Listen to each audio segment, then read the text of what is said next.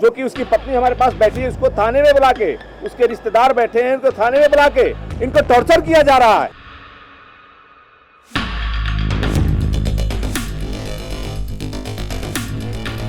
उस चौकी इंचार्ज के माध्यम कहा जा रहा है कि आपको समझौता करना है तो 50,000 रुपया ले लो, नहीं तो घर पे जाके बैठ जाओ। पतियों का जंगल राज नहीं चलेगा। और उसके बाद में मैंने देखने लगी तो देखने को हमको वो खोल नहीं रहे, हमको बॉडी नहीं दिखाए। उसके बाद हमारे पति की कीमत 50,000 है। डेट तो यही पे हो चुके थे क्योंकि वो ड्राइवर बोला था जब हमने उठाया तो वो डेट हो चुके थे। बातचीत ये बोले कि ये जो कुछ था ठीक है, अब जिसका टाइम आ गया वो तो ठीक है, वो फैक्ट्री मालिक ने बोला, फैक्ट्री मालिक ने बोला, इसमें हम क्या कर सकते हैं, वो तो किसी का भी टाइम आएगा। ਲੁਧਿਆਣਾ ਦੇ ਫੋਕਲ ਪੁਆਇੰਟ ਏਰੀਆ ਵਿੱਚ ਸਥਿਤ ਇੱਕ ਸਿਲਾਈ ਮਸ਼ੀਨ ਫਾਉਂਡਰੀ ਫੈਕਟਰੀ ਵਿੱਚ 5 ਅਗਸਤ ਨੂੰ ਮੁਹੱਕਮ ਨਾਮ ਦੇ ਕਰਮਚਾਰੀ ਦੀ ਕਰੰਟ ਲੱਗਣ ਕਾਰਨ ਮੌਤ ਹੋ ਗਈ ਸੀ, ਜਿਸ ਤੋਂ ਬਾਅਦ ਪ੍ਰਵਾਸੀ ਮਜ਼ਦੂਰ ਨੂੰ ਆਟੋ ਵਿੱਚ ਹਸਪਤਾਲ ਲਿਜਾਇਆ ਗਿਆ।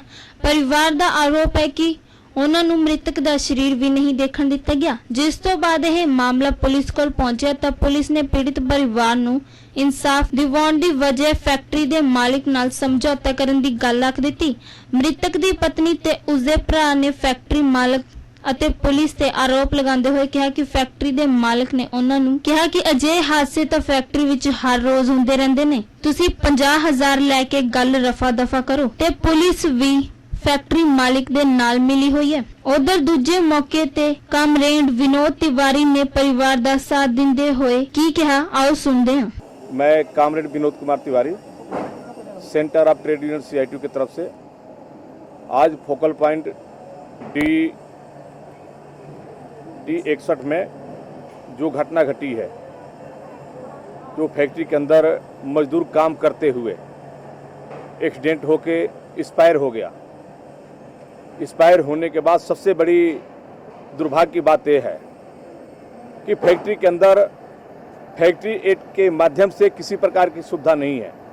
ना ही फैक्ट्री के अंदर ESI है, ना ही फैक्ट्री के अंदर EPF है, ना ही जो मजदूर को सुरक्षा प्रदान करने की जो सिस्टम है वो किसी प्रकार के सिस्टम फैक्ट्री के अंदर नहीं है।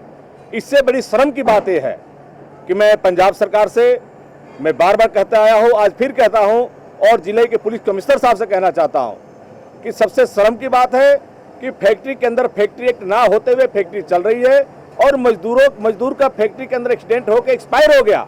उसके बाद इसके घर के परिजन को, जो कि उसकी पत्नी हमारे पास बैठी है, उसको थाने में बुला के, उसके रिश्तेदार बैठे हैं, उनको थाने में बुला के इनको टॉर्चर किया जा रहा है। थाने में बुला के इनको टॉर्चर करके थाने का जीवननगर पुलिस चौकी का इंचार्ज, जो कि मेरे शब्द से कुछ गलत शब्द निकल रहा है, जो कि इंडस्ट्री मालिकों से घूम घूम के पैसा वसूलते चलता है चौकी इंचार्ज, उस चौकी इंचार्ज के माध्यम कहा जा रहा है कि आपको समझौता करना है तो 50,000 रुपया ले लो, नहीं तो घर पे जाके बैठ जाओ। मैं इंचार्ज से कहना चाहता हूं और जिला प्रशासन को कहना चाहता हूं कि दलाली करना, दलालीगिरी बंद करे और जो पैसे लेके जो फैक्ट्री मालिक को बचाया गया है, जो फैक्ट्री मालिक पे जो बनती कार्रवाई ना करके यहाँ के स्टाफ पे कार्रवाई किया गया है, पहले तो सबसे पहले मैं कहना चाहता हूं कि फैक्ट्री मालिक पे जो बनती कार्रवाई हो रही है, बनती कार्रवाई किया जाए और फैक्ट्री मालिक को गिरफ्तार किया जाए। नहीं तो मैं कह देना चाहता हूं जिला प्रशासन को कि फैक्ट्री के गेट से धरना नहीं हटेगा जब तक इस मजदूर को उचित, इसके परिवार को, इसके संबंधियों को उचित कार्रवाई नहीं किया जाता है फैक्ट्री के खिलाफ और इनको मुआवजा नहीं मिल जाता है, तब तक ये शांत से लड़ाई नहीं चलेगी। मैं एक बार फिर कहना चाहता हूं जिला प्रशासन से कि अपनी करतूत से बाज आए, खासतौर पर जीवननगर के इंचार्ज बाज आए, जो कि मजदूरों के साथ धक्का करना बंद करे और इस फैक्ट्री को फौरी तौर पर ताला लगाया जाए। अभी नेक्स्ट स्टेप क्या होगा अगर आपके जो पुलिस ने कार्रवाई की है? देखिए, नेक्स्ट स्टेप हम आज धरने पर बैठे हुए हैं।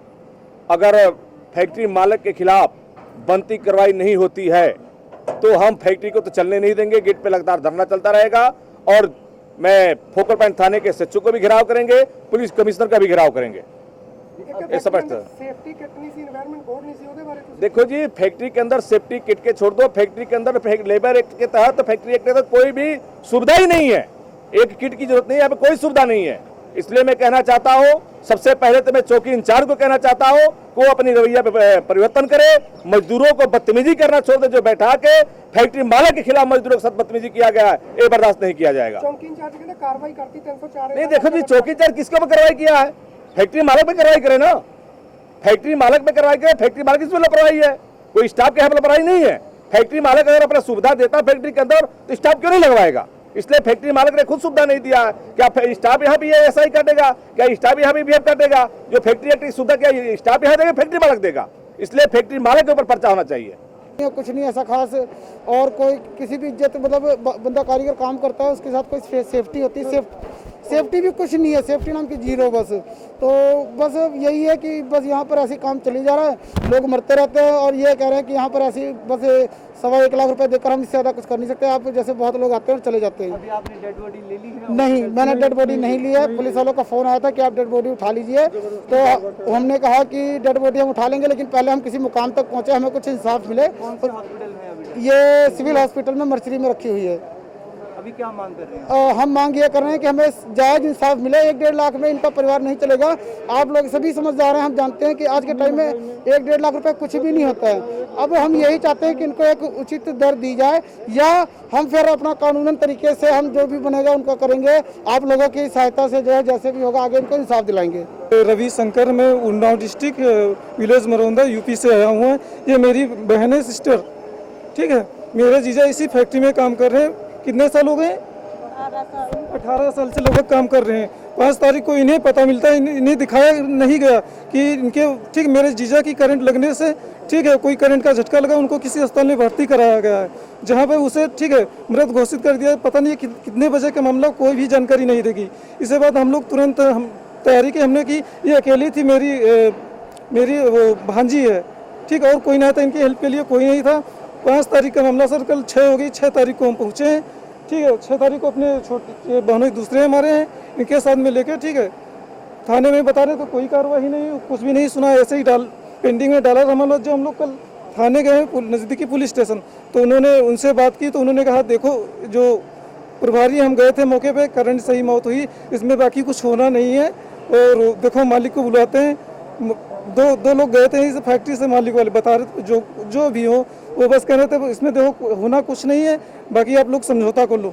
मैंने कहा क्या समझौता करने के? बोले हम आपकी मदद करेंगे। हमने कहा क्या आप मेरी मदद क्या करेंगे?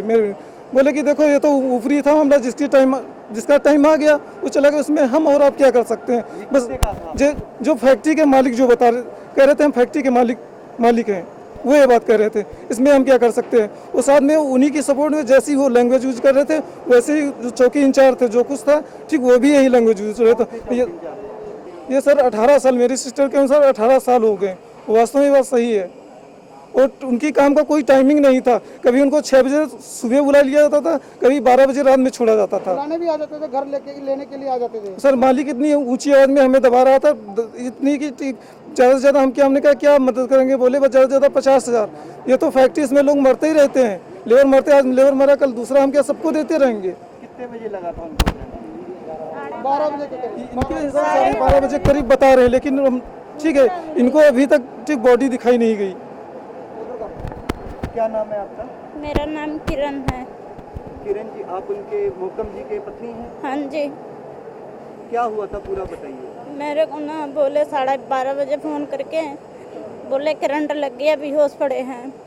तो मेरे बोले बेहोश पड़े हैं मेरे को। फिर उसके बाद मैंने फ़ोन किया, कैंसर हॉस्पिटल ले गए, वहाँ पे ले गए, ड्राइवर सिर्फ था, कोई भी नहीं था।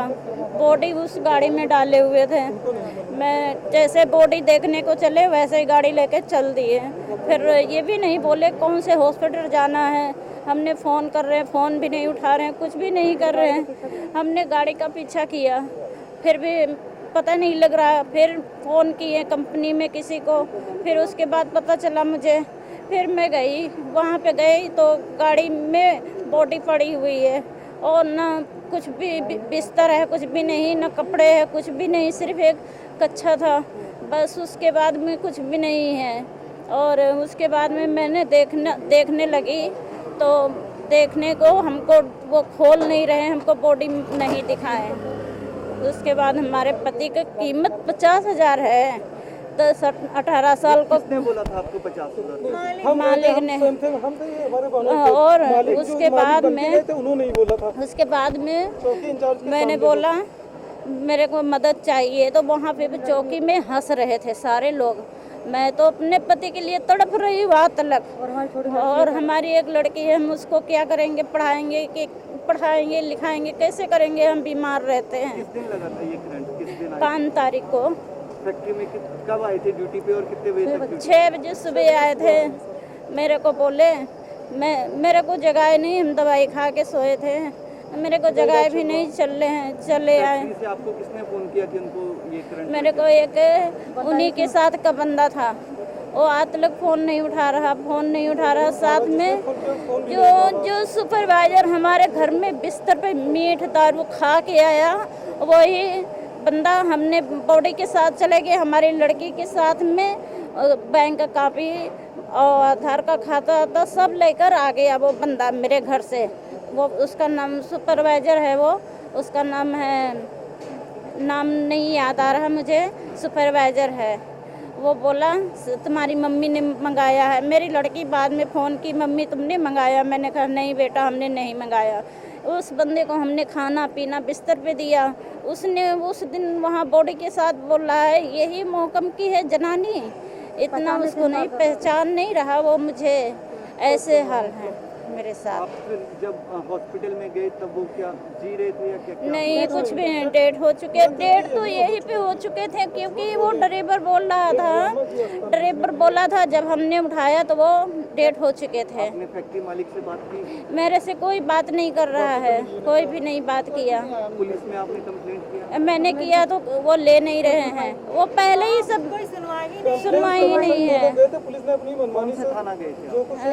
जीवन नगर चौक। अभी क्या मांग कर रहे हो? अभी हमने अब मांग वही कर रहे हैं, हमें इंसाफ चाहिए और हमें पैसे चाहिए 10 लाख रुपए बस, क्योंकि आगे हम अपनी बच्ची को देख सके, शादी कर सके अच्छे से। और हम अकेले हम क्या करेंगे साहब, आप ही लोग समझो।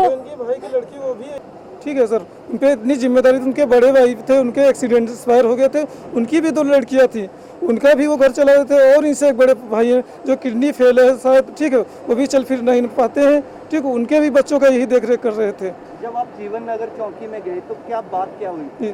जीवन नगर चौकी में गए तो जो थाना प्रभारी होते, जो कुछ थाना प्रभारी थे, ठीक है, उन्होंने बोले बैठे पहले, ठीक है, रिपोर्ट करने से पहले एक बार मालिक से बात कर लीजिए।